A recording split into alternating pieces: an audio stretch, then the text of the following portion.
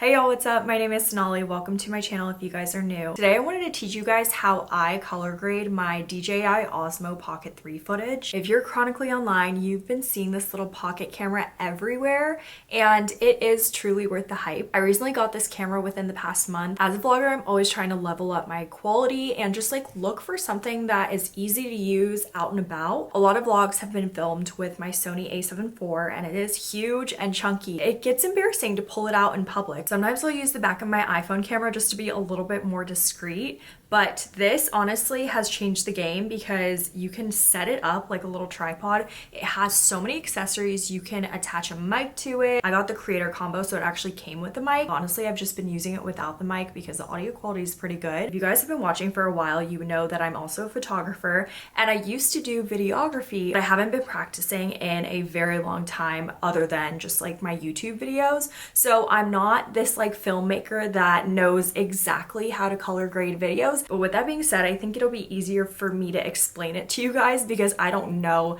that much knowledge and I won't be getting nitty gritty and confusing you guys. So this can be the dummy course on how to color grade footage with your DJI Osmo Pocket 3. I use two applications to help me color grade. One is Final Cut Pro and the other is Lightroom. Both of them do cost money, but if you're doing YouTube for a while, I feel like you would already have Final Cut Pro or Adobe Premiere.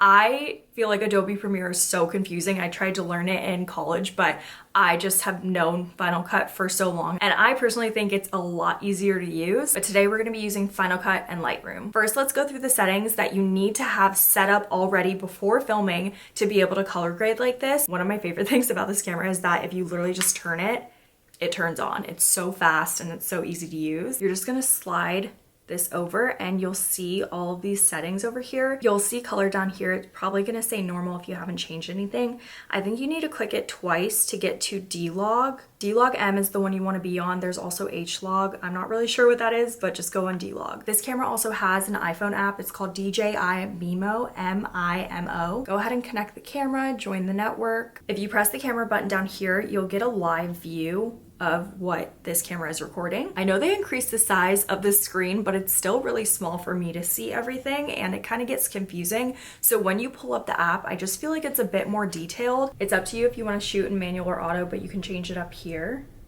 and you can click auto. If you have any knowledge on shutter speed and ISO, I definitely recommend shooting on manual.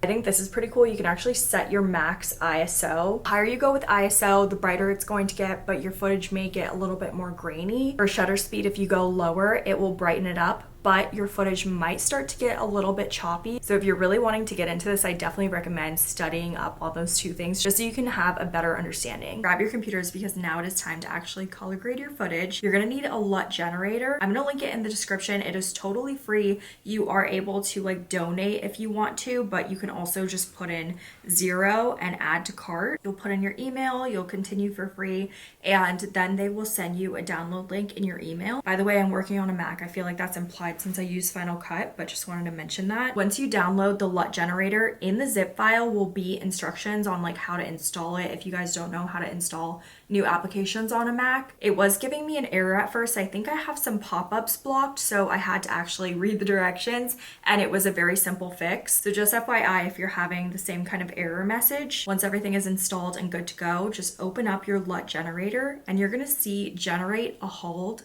You have to have this hold. I've tried to like do it with other photos, but you just have to have this. So click that and pick a spot where you want to save that. I think it automatically saves as neutral -125. This is what the hold looks like. It's this rainbow picture. If you want, you can go ahead and custom name it. I'm just gonna name it test for YouTube. Go ahead and open up Lightroom Classic, and you're gonna wanna import the hold into Lightroom.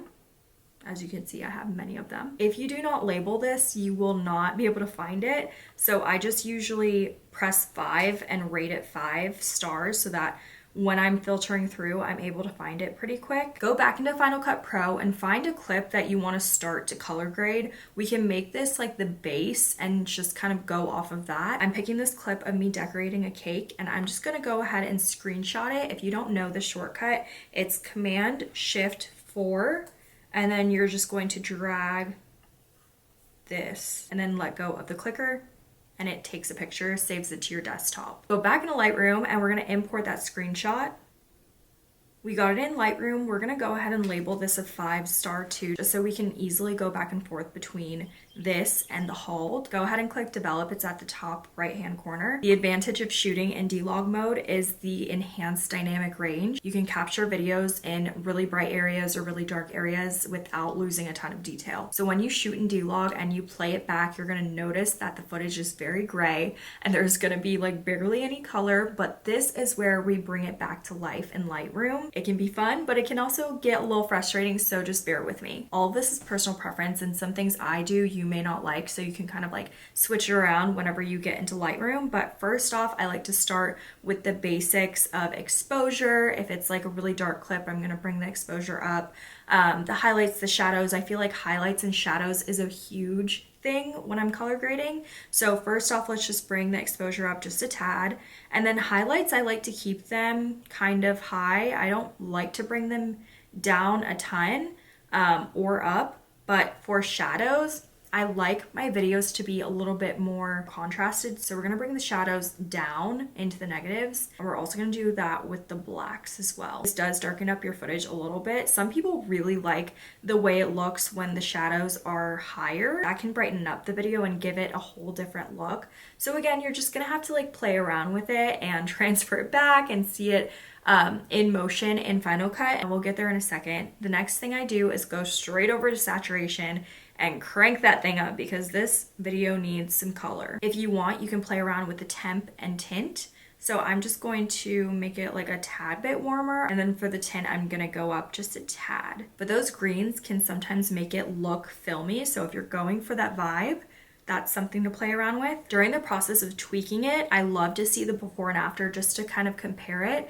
And one quick way to do that is just hitting the slash key right under delete. So this is before and this is after, and already it looks like completely different, but we're not gonna stop there. You can play around with the tone curve, which is this thing, but I feel like that is definitely intermediate. So we're just gonna go down to the color mixer. I feel like this is very, very important, and it can make a big difference with the way your colors look. So first off, we're gonna go into orange. I have an orange tint to my skin. Some people have a red tint. If you're on the paler side, sometimes you'll pull red, so you can go in here and kind of mess around with the hue of your skin. But I'm gonna go into orange and let's bring it down a little bit. That's gonna make my skin a little bit more red and not as yellow. Just for an example, I'm gonna bring it to the yellow side, and as you can see, it's just washing me out a little bit. So just to bring that color back into my face, I'm gonna go on the more red side, and then I'm also gonna increase the saturation in my skin. I don't wanna look too orange, like that's a little much. I feel like we can all agree on that. But I feel like 5, even 10 is not going that crazy.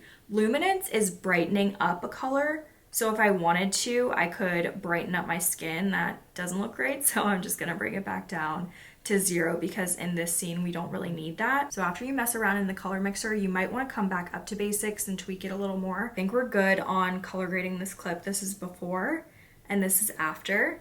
And now we are going to copy our settings. Now we're gonna go back to that rainbow picture that we imported into Lightroom, and we need to paste the settings onto this picture. So we're gonna press Command V, and you won't be able to really tell. You can see all of the settings kind of changed on the right side. And now we're going to export this as a JPEG. So the shortcut for exporting is Command-Shift-E. I highly recommend to save it to a folder with all of your LUTs in it. It just makes it a little bit more organized. So you're gonna choose that folder. Make sure that you're exporting it as a JPEG. So go ahead and click export. Now that it's exported, we can open up the LUT generator. You're gonna hit convert to cube and then click the rainbow image that you just exported. And it's gonna say work in progress for like 30 seconds, I would say. It is done, operation completed successfully. So now we have that cube in our LUTs folder. Let's take it back over to Final Cut Pro. We're gonna come down over here and click this little icon, go all the way down to color, and then custom LUT. You can either double tap on this to apply it to the clip or just drag it on top. and let go. Now we have the ability to apply our custom LUT onto this clip. So as you can see, I have a ton of LUTs that I've kind of played around with, but we are going to do choose custom LUT because we had just made a new LUT. So make sure you're in your LUTs folder. This is the one we just saved, and you're only able to import .cubes over here. As you can see, all the PNGs and JPEGs are kind of grayed out, so it shouldn't be too hard to find it, but just click open over here. I may have gone a little too crazy on the saturation and exposure. Sometimes it doesn't translate perfectly between Lightroom and Final Cut Pro, so you're just gonna have to kind of go back and forth and tweak it exactly how you need. I brought the saturation down a good bit because I saw that it was a little too orange, and the exposure, that's way better. You can actually play around with the opacity too, where it says mix. When you bring it down to 0, you'll see that the LUT is not on the clip at all. This is 100, and I'm just gonna bring it down just a little bit. I think that's perfect. You can always kind of go back and forth to see the difference by unchecking and checking this custom LUT. So this is before and this is after. I feel like it's pretty good. If you just need to make some overall adjustments and don't want to do the back and forth between Lightroom and Final Cut Pro, hit this triangle right up top here, and you can go in to the color, the saturation, and the exposure. It's just not as detailed as you can get in Lightroom, but if you wanted to pull down the saturation just a little bit more, you can do that. Or if you wanted to bring up the exposure a little bit, you can do that. I personally color grade after I have chopped up all the footage, which can get kind of annoying. That means I pretty much am color grading each little clip, but I will show you a hack that makes it super simple. If you're filming in the same location for a good 8 minutes and you have all that footage chopped up, it's likely that the lighting hasn't really changed a whole bunch. So what you can do is click on the clip that we just color graded and command copy, and that's going to copy all of the settings on that one clip. All this footage has not been color graded, so just select it all, and we're going to hit Command Shift V to paste all the settings onto here. And now all this footage is color graded. So this is before and this is after. Now, if you don't want to do all that work and you just want to apply the LUT in Final Cut Pro, or maybe even don't have Lightroom, there are LUTs that you can buy online. You can get them on Etsy. I mean, there's so many online platforms that sell them. So depending on what kind of video you're filming, maybe it's like a more cinematic look or more commercial or just a vlog, you can kind of just search on Google LUTs for YouTube vlogs and something should pop up. You may have to pay for them. I've seen so many LUTs for free online, so you can kind of just play around with that. Once you do it just a couple of times, you'll totally get the hang of it, especially if you have any knowledge of editing photos in Lightroom or just photos in general. You can kind of figure out what needs to be tweaked. I'll have the LUT generator linked in the description box below. I hope you guys found this helpful. If you guys are intermediate color graders, please don't come after me if I did something wrong, but I will take any suggestions because I'm always looking to make my content better. I'm also going to link in the description box 2 videos that I filmed on my DJI. One of them I filmed with the normal color that comes with the DJI Osmo Pocket, and then I color graded on top of that, I believe. So it kind of looks a little funky. But the last full vlog, I did use D-Log and then I color graded on top of that. I'll make sure to label the videos in case you want to see some more sample footage. But if you guys are not already subscribed to my channel, make sure you hit that subscribe button. I vlog my life here in Austin, beauty, fashion, lifestyle, home stuff. I'm getting really into cooking right now and it's been super fun. So stay a while. I've been on YouTube for like, I don't even know, 10 plus years, so I have a lot of content for you guys to binge. You can also follow me on Instagram and TikTok at so_gnarly without the G, and I'll hopefully see you guys in the next video. Bye!